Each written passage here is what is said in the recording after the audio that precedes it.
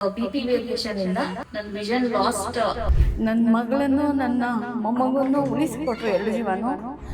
So ಅವರು ದೇವ್ರ ರೂಪವಾಗಿ ಬಂದರು. ಡಾಕ್ಟರ್ ಶಿಲ್ಪಾ ಅವರು, ಸಂಜಯ್ ಅವರು, ಯಾರೇ ಆಗಲಿ ಫಸ್ಟ್ ಕನ್ಸೀವ್ ಆದವರು ಧೈರ್ಯವಾಗಿ ಅವರು ಪೂರ್ಣ ನಂಬಿಕೆ ಇಟ್ಕೊಂಡು ಇಲ್ಲಿಗೆ ಬಂದು ಅವರು ಟ್ರೀಟ್ಮೆಂಟ್ ತಗೋಬಹುದು ಅಂತ ನಾನು ಖಂಡಿತ ಮನಸಾರೆ ಹೇಳ್ತಾ ಇದ್ದೀನಿ. ನಾನು ಮಯೂರಿ ಬಿವಾಲಿ, ನಮ್ಮ ಹಸ್ಬೆಂಡ್ ಪ್ರದೀಪ್ ಕುಮಾರ್ BS.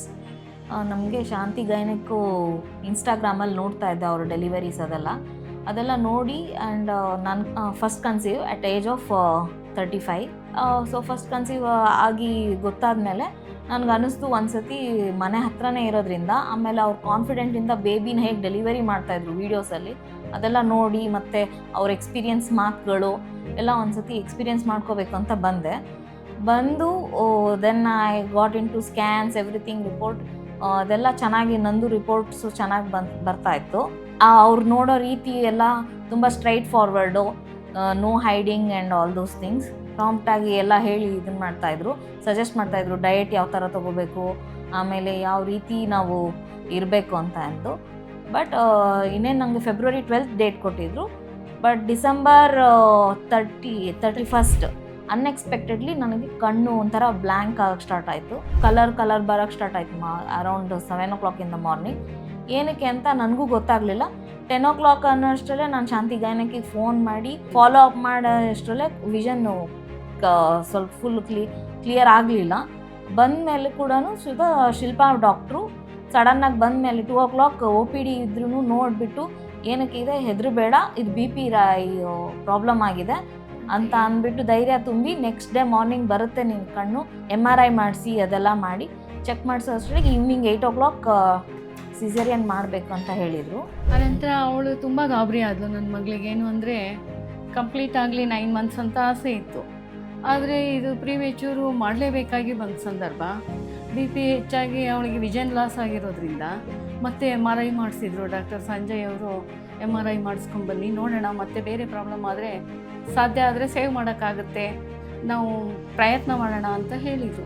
ಅವನಿಗೆ ನಾವು ತುಂಬ ಗಾಬರಿಯಲ್ಲಿದ್ವಿ. ಆದ್ರೂ ನಮಗೆ ವಿಷನ್ ಲಾಸ್ ಆಗಿದ್ದು ತುಂಬ ಗಾಬರಿ ಆಗಿದ್ದರಿಂದ MRI ಡಾಕ್ಟರ್ ಹೇಗೆ ಸಜೆಷನ್ ಕೊಟ್ಟರೆ ಹಾಗೆ ಮಾಡಿಸಿದ್ವಿ. ಆನಂತರ ಅದರಲ್ಲಿ ಏನು ನೋ ಪ್ರಾಬ್ಲಮ್, ಬಟ್ BPನೇ ಹೆಚ್ಚು ಕಡಿಮೆ ಆಗಿರೋದ್ರಿಂದ ಏನೋ ಪ್ರೆಷರ್ ಆಗಿದೆ ಅವರಿಗೆ. ಈ ಟೈಮಲ್ಲಿ ನಾವು ಪ್ರೀಮೆಚೂರ್ ಅಂತ ಮಾಡದೇ ಇದ್ದರೆ ಜೀವಕ್ಕೆ ತೊಂದರೆ ಆಗುತ್ತೆ ಅಂತ ಅಂದರು.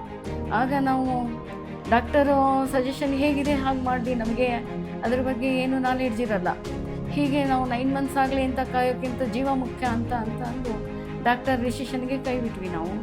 ಆನಂತರ ಡಾಕ್ಟರ್ ಶಿಲ್ಪಾ ಅವರಾಗಲಿ, ಡಾಕ್ಟರ್ ಸಂಜಯ್ ಗುರುರಾಜ್ ಅವರಾಗಲಿ ಒಳ್ಳೆ ರೀತಿಯಿಂದ ಡಿಸಿಷನ್ ತಗೊಂಡು ನನ್ನ ಮಗಳನ್ನು ನನ್ನ ಮೊಮ್ಮಗನ್ನು ಉಳಿಸಿಕೊಟ್ರು ಎರಡು ಜೀವನು. New birth my daughter and son grandson. So ಅವರು ದೇವ್ರ ರೂಪವಾಗಿ ಬಂದರು ಡಾಕ್ಟರ್ ಶಿಲ್ಪಾ ಅವರು, ಸಂಜಯ್ ಅವರು. ಅವರು ಪ್ರೊಫೆಷನ್ನಿಗೆ ತಕ್ಕಂಗೆ ಅವರು ಸರ್ವ್ ಮಾಡಿದರು. ನಿಜವಾಗ್ಲೂ ಹೇಳಬೇಕು ಅಂತ ಅಂದರೆ ಬೆಂಗಳೂರಲ್ಲಿ ಈ ಥರ ನಾವು ಅಂದ್ಕೊಂಡಂಗೆ 100%, 110% ಸರ್ವಿಸ್ ಸಿಗುತ್ತೆ ಅಂತ ನಾನು ಅಂದ್ಕೊಂಡಿರಲಿಲ್ಲ. ನನ್ನ ಅನುಭವಕ್ಕೆ ಬಂದಮೇಲೆ ಗೊತ್ತಾಯಿತು. ಅವರು ಹೇಗೆ ಮಾತಾಡಿದರು, ನಮಗೆ ಹೇಗೆ ಭರವಸೆ ಕೊಟ್ಟಿದ್ರು, ಅದೇ ಥರ ಸರ್ವಿಸ್ ಮಾಡಿದರು. ಅದರಿಂದ ನನ್ನ ಮಗಳಿಗೆ, ನನ್ನ ಮೊಮ್ಮಗುಗೆ ನೀವು ಬರ್ಕೊಟ್ಟಿದ್ದಾರೆ, ನಮ್ಮ ಪಾಲಿನ ದೇವರು ಅಂತ ನಾನು ಹೇಳ್ತೀನಿ. ಖಂಡಿತ ಶಾಂತಿ ಗೈನಕ್ನಲ್ಲಿ ಮತ್ತು ಅವರು ಟೀಮ್ ಕೂಡ ಎಲ್ಲ ಸಿಬ್ಬಂದಿ ವರ್ಗದವರು ತುಂಬ ಕೋಆಪ್ರೇಟಿವ್ ಆಗಿದ್ದಾರೆ. ತುಂಬ ನೀವು ಧೈರ್ಯವಾಗಿ ಇಲ್ಲಿಗೆ ಬಂದರೆ ಯಾವ ಸಮಸ್ಯೆ ಇದ್ರೂ ಅದನ್ನು ಬಗೆಹರಿಸಿ ನಾವು ಅವರು ಸಾಧ್ಯ ಆದಷ್ಟು ನಮಗೆ 100% ಗ್ಯಾರಂಟಿಯಾಗಿ ನಮ್ಮ ಸರ್ವಿಸ್ ಕೊಡ್ತಾರೆ ಅಂತ ನಾನು ಹೇಳ್ತೀನಿ. ನನ್ನ ಅನುಭವಕ್ಕೆ ಬಂದಿದ್ದು, ನಾನು ಸುಮ್ಮನೆ ಹೇಳ್ತಾ ಇಲ್ಲ. ನಿಜವಾಗ್ಲೂ ಎಷ್ಟು ಥ್ಯಾಂಕ್ಸ್ ಹೇಳಿದರೂ ಕಡಿಮೆ. ದೇವರ ರೂಪದಲ್ಲಿ ಬಂದರು. ಒಂದು ನಿಮಿಷ. Thank you. Grateful. God bless you. Take care. Thank you for your kind words. Thank you for your